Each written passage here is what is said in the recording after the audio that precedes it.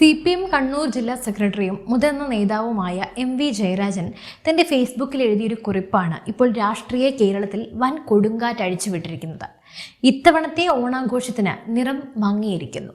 ജനങ്ങൾക്ക് കാണം വിറ്റും ഓണമുണ്ണേണ്ട അവസ്ഥയാണെന്ന് അദ്ദേഹം തുറന്നടിക്കുമ്പോൾ ചിരി വരികയാണ്. സത്യത്തിൽ ചിരി അടക്കിപ്പിടിക്കാൻ സാധിക്കുന്നില്ല. ഭരണം മാറിയപ്പോൾ യഥാർത്ഥത്തിൽ മാറിയതെന്താണ്?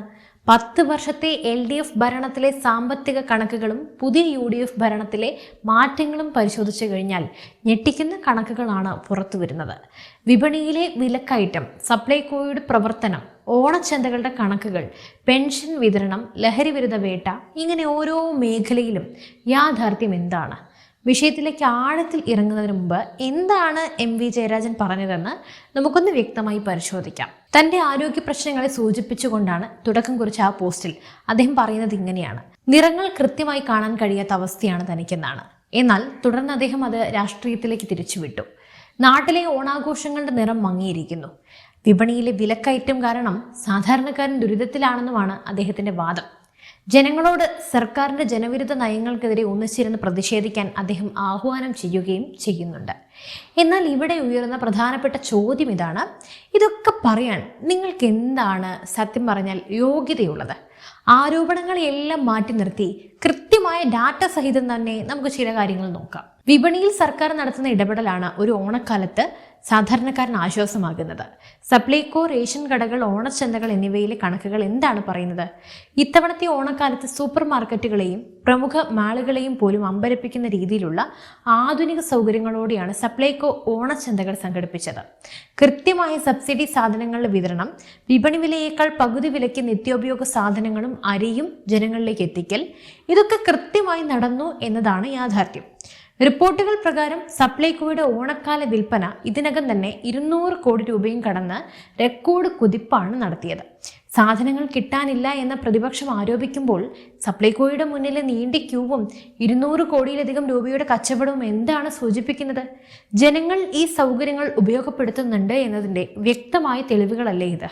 അതേസമയം ഈ കഴിഞ്ഞ ഭരണകാലത്ത് സപ്ലൈകോയിൽ സബ്സിഡി സാധനങ്ങൾ കിട്ടാനില്ലാതെ ജനങ്ങൾ മടങ്ങിപ്പോയ അവസ്ഥയുണ്ടായിരുന്നു. വിതരണക്കാർക്ക് കോടികളുടെ കുടിശ്ശിക വരുത്തിവെച്ചതുമൂലം ടെൻഡറുകളിൽ പോലും ആളുകൾ പങ്കെടുക്കാത്ത സ്ഥിതിയുണ്ടായി. എന്നാൽ ആ പ്രതിസന്ധികളിൽ നിന്നും സപ്ലൈകോയെ കരകയറ്റി വിപണിയിലെ വിലക്കയറ്റം പിടിച്ചുകെട്ടാൻ പുതിയ ഭരണ സംവിധാനത്തിന് സാധിച്ചു എന്നത് നിഷേധിക്കാൻ കഴിയാത്ത വസ്തുതയാണ്. ഓണം എന്നാൽ കേവലം സപ്ലൈകോയിലെ അരി വിതരണം മാത്രമല്ല. സാധാരണക്കാരൻ്റെയും തൊഴിലാളികളുടെയും കൈകളിൽ പണം എത്തുമ്പോഴാണ് ഒരു നാടിൻ്റെ സമ്പദ് വ്യവസ്ഥ ചലിക്കുന്നത്. ഇത്തവണ ഓണക്കാലത്ത് പെൻഷനുകളും ബോണസുകളും കൃത്യമായി വിതരണം ചെയ്തു. പ്രത്യേകിച്ചും പോലീസുകാർക്കും പൊതുജനാരോഗ്യത്തിനും ശുചിത്വത്തിലും രാപ്പകലില്ലാതെ ജോലി ചെയ്യുന്ന ഹരിതകർമ്മ സേനക്കാർക്കും ചരിത്രത്തിൽ ആദ്യമായിട്ട് ഇരട്ടിയോളം ബോണസാണ് വിതരണം ചെയ്തിട്ടുള്ളത്. സാധാരണ തൊഴിലാളികളുടെ അധ്വാനത്തിന് അർഹിക്കുന്ന അംഗീകാരം നൽകുക, അത് ഓണത്തിന് തൊട്ട് മുമ്പ് തന്നെ അവരുടെ ബാങ്ക് അക്കൗണ്ടുകളിൽ എത്തിക്കുക എന്നത് ഒരു സർക്കാരിൻ്റെ ബാധ്യതയാണ്. അത് കൃത്യമായി നിർവഹിച്ചപ്പോൾ നാടൊട്ടുക്കും സന്തോഷത്തിൻ്റെ ഓണാഘോഷം നടന്നു. കഴിഞ്ഞ കുറച്ച് വർഷങ്ങളായി ക്ഷേമ പെൻഷനുകൾ മാസങ്ങളോളം കുടിശ്ശികയാവുകയും ഓണക്കാലത്ത് പോലും ജനങ്ങൾ പെൻഷന് വേണ്ടി കാത്തിരിക്കേണ്ടി വരികയും ചെയ്ത അവസ്ഥ നമ്മൾ കണ്ടതാണ്. ആ പ്രതിസന്ധിയിൽ നിന്നും മാറി കൃത്യസമയത്ത് ആനുകൂല്യങ്ങൾ ജനങ്ങളിലേക്ക് എത്തുമ്പോൾ അത് ഓണത്തിന് നിറം കൂട്ടുകയാണോ കുറയ്ക്കുകയാണോ ചെയ്യുക? MV ജയരാജൻ ചോദിക്കുന്ന ഒരു പ്രധാനപ്പെട്ട ചോദ്യമുണ്ട്. കഴിഞ്ഞ 10 വർഷത്തെ ഭരണകാലത്ത് കാണം വിൽക്കാതെ തന്നെ നമ്മൾ ഓണം ഉണ്ടില്ലേ എന്നത്. നമുക്ക് 10 വർഷം മുമ്പുള്ള സ്ഥിതിയും ഭരണം കൈമാറുന്നതിന് തൊട്ട് മുമ്പുള്ള സ്ഥിതിയും തമ്മിൽ ഒന്ന് താരതമ്യം ചെയ്ത് നോക്കാം. സാമ്പത്തിക ഡാറ്റകൾ എന്താണ് പറയുന്നത്? 2016 LDF ഭരണമേൽക്കുമ്പോൾ കേരളത്തിലെ ആകെ കടം 1.5 ലക്ഷം കോടി രൂപയായിരുന്നു. എന്നാൽ 2026 ആകുമ്പോഴേക്കും അത് 4 ലക്ഷം കോടി രൂപയ്ക്കും മുകളിലേക്ക്, ഏകദേശം 6 ലക്ഷം കോടിക്ക് അടുത്തേക്ക് എത്തി. ഓരോ മലയാളി കുഞ്ഞിന്റെ തലയിലും 1 ലക്ഷത്തോളം രൂപയുടെ കടബാധ്യത വെച്ച ശേഷമാണ് അവർ പടിയിറങ്ങിയത്. ബജറ്റിന് പുറത്തുനിന്നും വായ്പ എടുത്ത് വികസനം നടപ്പാക്കുന്നു എന്ന് അവകാശപ്പെട്ട കിഫ്ബിയുടെ തിരിച്ചടവ് ഭാരം ഇന്ന് കേരളത്തിലെ ജനങ്ങളുടെ ചുമലിലാണ്. നാണയപ്പെരുപ്പ് നിരക്കിൽ കേരളം ദേശീയ ശരാശരിയേക്കാൾ മുകളിലായിരുന്ന ഒരു കാലഘട്ടമായിരുന്നു ഈ കഴിഞ്ഞു പോയത്. ഭരിച്ചുകൊണ്ടിരുന്ന സമയത്ത് വിലക്കയറ്റത്തിന്റെ കാര്യത്തിലും സാമ്പത്തിക പ്രതിസന്ധിയുടെ കാര്യത്തിലും സംസ്ഥാനത്തെ വലിയൊരു തകർച്ചയിലേക്ക് തള്ളിവിട്ടവർ പുതിയ ഭരണ സംവിധാനം വന്നപ്പോൾ ജനങ്ങളെ തെറ്റിദ്ധരിപ്പിക്കാൻ ശ്രമിക്കുന്നത് എത്രത്തോളം ശരിയാണ്, അല്ലെങ്കിൽ തന്നെ അവർക്ക് ഇവരെ വിമർശിക്കാൻ എത്രത്തോളം യോഗ്യതയുണ്ട്? നാക്കുകൊണ്ട് വിലക്കയറ്റം തടഞ്ഞു എന്ന് അവകാശപ്പെടുന്നതിലും നല്ലത് കൃത്യമായ സാമ്പത്തിക ആസൂത്രണത്തിലൂടെ വിപണി ഇടപെടൽ നടത്തുന്നതാണ് എന്ന് ഈ കണക്കുകൾ തെളിയിക്കുകയാണ്. ഓണക്കാലത്ത് നാടിൻ്റെ സമാധാനം ഉറപ്പാക്കുക എന്നതും വളരെ പ്രധാനപ്പെട്ട കാര്യമാണ്. ഇത്തവണത്തെ ഓണക്കാലത്ത് ജനങ്ങൾക്ക് അനുഭവപ്പെട്ട മറ്റൊരു പ്രധാനപ്പെട്ട മാറ്റം ലഹരിക്കെതിരെയുള്ള ശക്തമായിട്ടുള്ള നടപടികളാണ്. കഴിഞ്ഞ കുറച്ച് കാലമായി കേരളത്തിലെ യുവതലമുറയെ തകർക്കുന്ന രീതിയിൽ ലഹരി മാഫിയകൾ പിടിമുറുക്കിയിരുന്നു. എന്നാൽ പുതിയ മാറ്റങ്ങളോടെ അതിശക്തമായ രീതിയിലാണ് എക്സൈസും പോലീസും വിപണിയിൽ ഇടപെട്ടത്.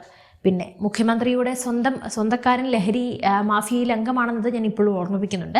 ലഹരി കച്ചവടക്കാർക്കെതിരെ വിട്ടുവീഴ്ചയില്ലാത്ത നടപടികളാണ് എന്തായാലും ഇത്തവണ ഉണ്ടായത്. ഇത്തവണത്തെ ഓണാഘോഷങ്ങൾക്ക് ആർക്കെങ്കിലും നിറം മങ്ങിയിട്ടുണ്ടെങ്കിൽ അത് ഇത്തരം അധോലോക ലഹരി സംഘങ്ങൾക്കും പ്രതിപക്ഷത്തിനുമാണ്. അനാവശ്യ മദ്യപാനവും ക്രമസമാധാന പ്രശ്നങ്ങളും ഇല്ലാതെ കുടുംബങ്ങൾക്ക് സമാധാനത്തോട് തെരുവിലിറങ്ങാനും ഓണം ആഘോഷിക്കാനും കഴിഞ്ഞു എന്നത് ഈ ഓണക്കാലത്തിന്റെ വലിയൊരു നേട്ടമായി ജനങ്ങൾ കാണുന്നു. രാഷ്ട്രീയത്തിൽ വിമർശനങ്ങൾ സ്വാഭാവികമാണ്, എന്നാൽ അതിനൊരു യോഗ്യത വേണം. ആ വിമർശനങ്ങൾ വസ്തുതാപരമായിരിക്കണം. MV ജയരാജൻ ഫേസ്ബുക്കിൽ കുറിച്ചതുപോലെ ജനങ്ങൾക്ക് ഓണം ഇരുണ്ടതായിരുന്നു, അതിനാൽ നമുക്ക് തെരുവിലിറങ്ങി പ്രതിഷേധിക്കാം എന്ന തരത്തിലുള്ള ഈ ആഹ്വാനം പൊതുജനം ഏറ്റെടുത്തിട്ടുണ്ടോ? ഇല്ല, അവരത് മൈൻഡ് പോലും ചെയ്തിട്ടില്ല. കാരണം ജനങ്ങൾ അനുഭവിച്ചറിഞ്ഞ കാര്യങ്ങളും രാഷ്ട്രീയ നേതാക്കൾ പുറത്തുവിടുന്ന സ്റ്റേറ്റ്മെന്റുകളും തമ്മിൽ ആനയും ആടും പോലെ വ്യത്യാസമുണ്ട്. മുൻ മുഖ്യമന്ത്രിയുടെ കാലത്തെ കടുത്ത തീരുമാനങ്ങളും ധിക്കാരപരമായ സമീപനങ്ങളും അനുഭവിച്ച് ജനങ്ങൾക്ക് ഭരണമാറ്റത്തോടെ ലഭിച്ച ആ ആശ്വാസം അത് ചെറുതാണെങ്കിലും വലുതാണ്. കൈരളി, ദേശാഭിമാനി തുടങ്ങിയ പാർട്ടി പത്രങ്ങൾക്കും ചാനലുകൾക്കും അപ്പുറം പൊതുസമൂഹത്തിലേക്ക് കണ്ണോടിച്ചാൽ മാത്രമേ ഈ മാറ്റമൊക്കെ ഒന്ന് മനസ്സിലാകൂ.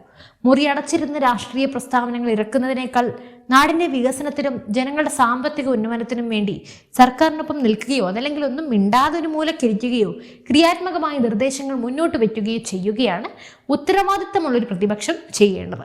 എന്തായാലും MV ജയരാജന്റെ ഈ പോസ്റ്റിനെ കുറിച്ച് നിങ്ങൾക്ക് എന്ത് തോന്നുന്നു? നിങ്ങളുടെ അഭിപ്രായങ്ങൾ തീർച്ചയായും താഴെ കമന്റ് ചെയ്യുക.